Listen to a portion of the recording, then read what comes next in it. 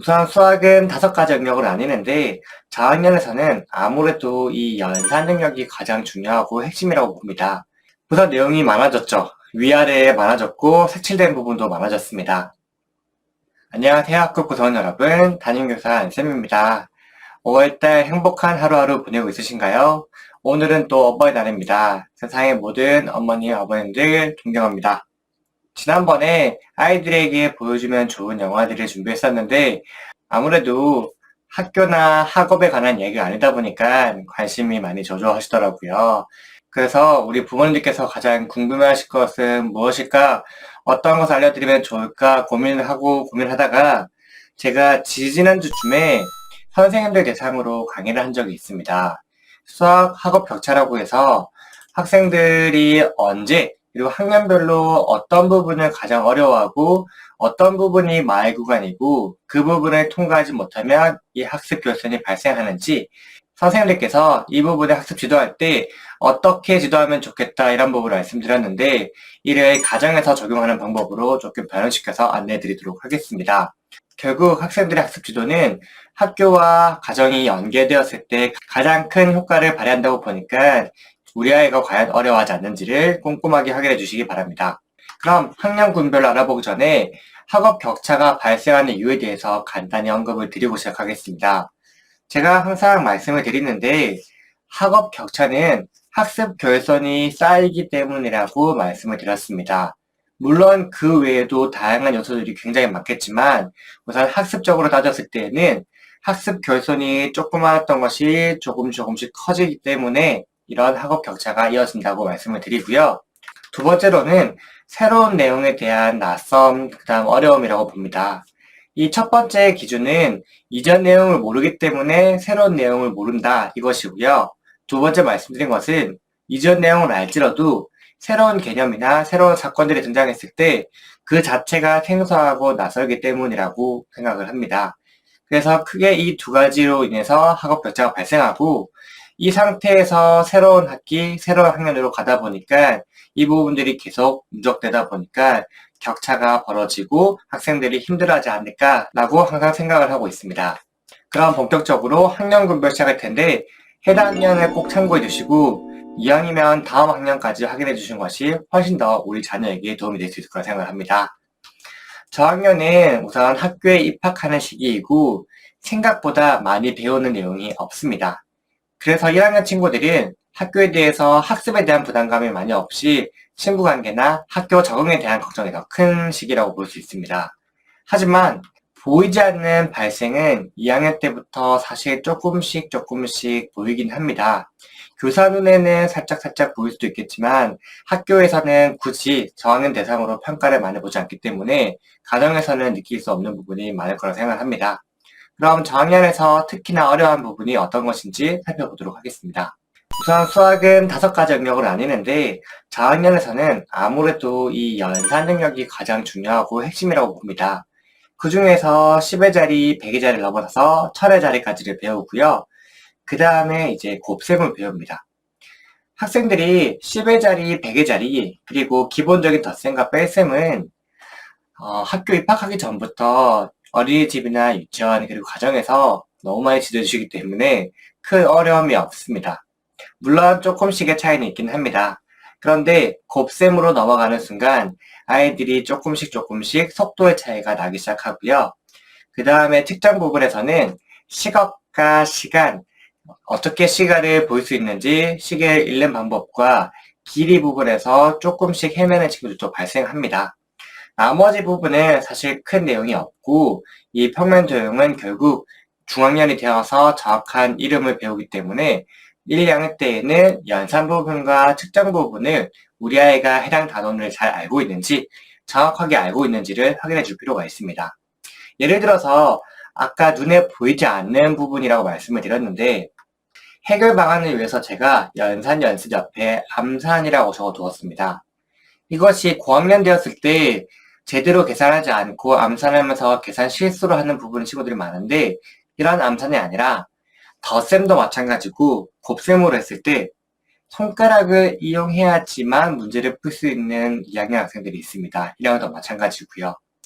그런데 이 친구들이 이때 연산이 되지 않은 친구들은 결국 3학년, 4학년 때 수학을 힘들어하기 시작합니다.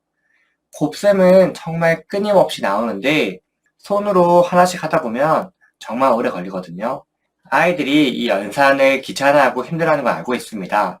그런데 잘하는 친구들한테 매일매일 여러 장을 풀게 하는 것이 아니라 조금 속도가 느리거나 아니면 조금 더 속달될 필요가 있는 친구들에 한해서 연산 문제는 매일매일 풀 필요가 있고요.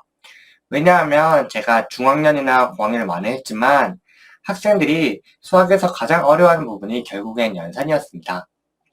천천히 옆에서 친절하게 설명을 해주면 할 수 있습니다. 하지만 시간이 너무 오래 걸리다 보니까 아이들이 스스로 자신감을 잃기 시작해요. 왜냐하면 주변 친구들은 벌써 다른 페이지를 풀고 있는데 본인은 아직도 1번, 2번에서 연산 문제로 인해서 오래 걸리고 있거든요. 이런 것들이 결국 수학에서 자신감과 자존감으로 이어진다고 생각을 합니다. 그리고 시계 같은 경우에는 아이들이 요즘 너무 스마트해서 핸드폰 시간이나 디지털 시계를 통해서 시간을 딱히 볼 기회가 많이 없더라고요. 가정에서도 시계를 잘 보지 않고 보더라도 디지털로 된, 즉 숫자로 된 시계를 보기 때문에 생각보다 아날로그 시계를 본 적이 많이 없었습니다. 그런데 사실 일상에서 시간 한번 알려주는 것은 엄마와 약속 시간, 점심시간, 저녁시간, 놀러 나가는 시간 너무 많이 접할 수 있습니다.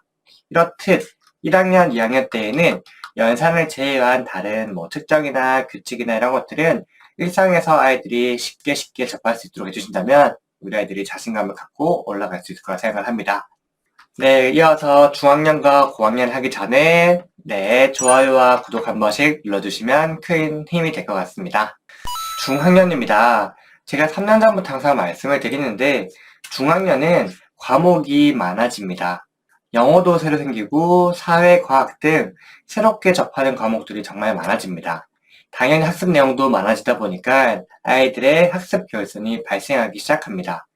그리고 이 학습 결손을 이때 잡아주지 않는다면 고학년 가서 훨씬 더 힘들어하는 시기이기 때문에 많은 전문가들이 이 3학년과 4학년이 정말 중요한 시기라고 말하는 이유도 바로 다음과 같다고 볼 수 있겠습니다. 그럼 이 중요한 3, 4학년 시기에 수학에서는 과연 어떤 부분을 아이들이 어려워할까요? 한번 보겠습니다. 우선 내용이 많아졌죠. 위아래에 많아졌고 색칠된 부분도 많아졌습니다. 연산 부분과 도형, 측정 부분은 별도로 표시를 하지 않았습니다. 저학년 때 이미 나왔기 때문에.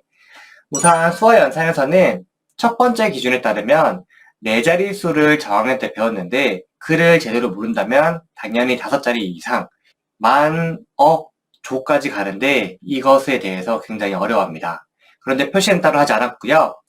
분수와 소수, 아까 말했던 격차가 발생하는 두 번째, 새로운 개념에 대한 접근, 즉 학생들이 지금까지 자연수만 배우다가 갑자기 분수랑 소수를 배우면서 머리에 혼란에 빠집니다. 대체 분수라는 게 무엇이지?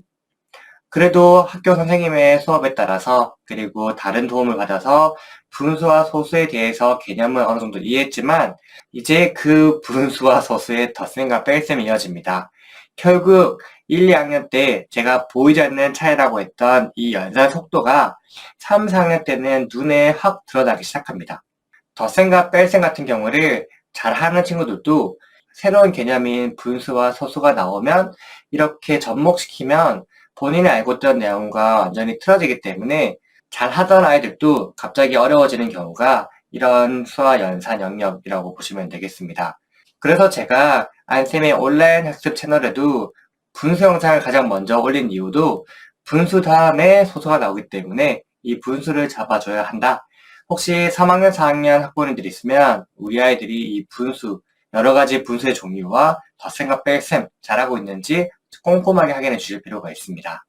저학년 때에는 동그라미, 세모, 네모 모양이었는데 3, 4학년이 되면 여러 가지 삼각형과 사각형의 종류와 개념과 정의가 나옵니다.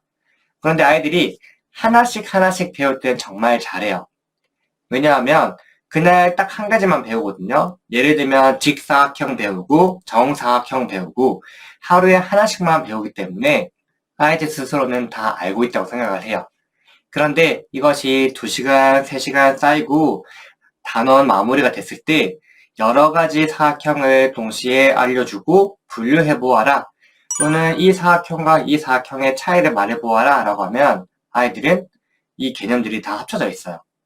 우리 부모님들께서도 아이들이 이것들을 정확하게 구별할 수 있는지, 여러 가지를 두고 아이가 직접 말할 수 있는지 그것들을 확인해 주실 필요가 있습니다. 막연하게 안다라고 했을 때 그것이 진짜 아는 것인지 확인해 줄 필요가 있고요.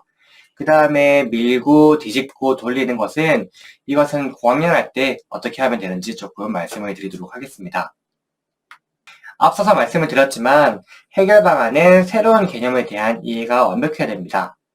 예를 들어서 분수가 무엇인지, 소수가 무엇인지, 그리고 자연수와 어떤 차이가 있는지, 여기서 조금 더 나아간다면 이것들이 왜 필요한지에 대해서 설명을 해주시면 좋습니다. 아이들이 분수와 소수를 왜 배우는지 사실 잘 모르거든요. 그래서 우리 생활 속에서 분수랑 소수가 왜 필요한지, 그리고 사각형이나 이런 돌리고 뒤집는 것들이 어느 상황에서 언제 왜 필요한지 아이들에게 그 부분을 탁 알려주시면 아이가 수학에 대해서 막연한 두려움이 이럴 때 사용하는 거구나, 이래서 필요한 거구나 라면서 개념을 조금 더 쉽게 이해할 수 있습니다. 그래서 3, 4학년에서는 새로운 개념의 이해와 생활 속에서 그 개념에 대한 필요성을 충분히 안내해 주시면 좋겠습니다. 학교에서도 충분히 그렇게 지도하고 있습니다. 자, 이어서 고학년 가도록 하겠습니다.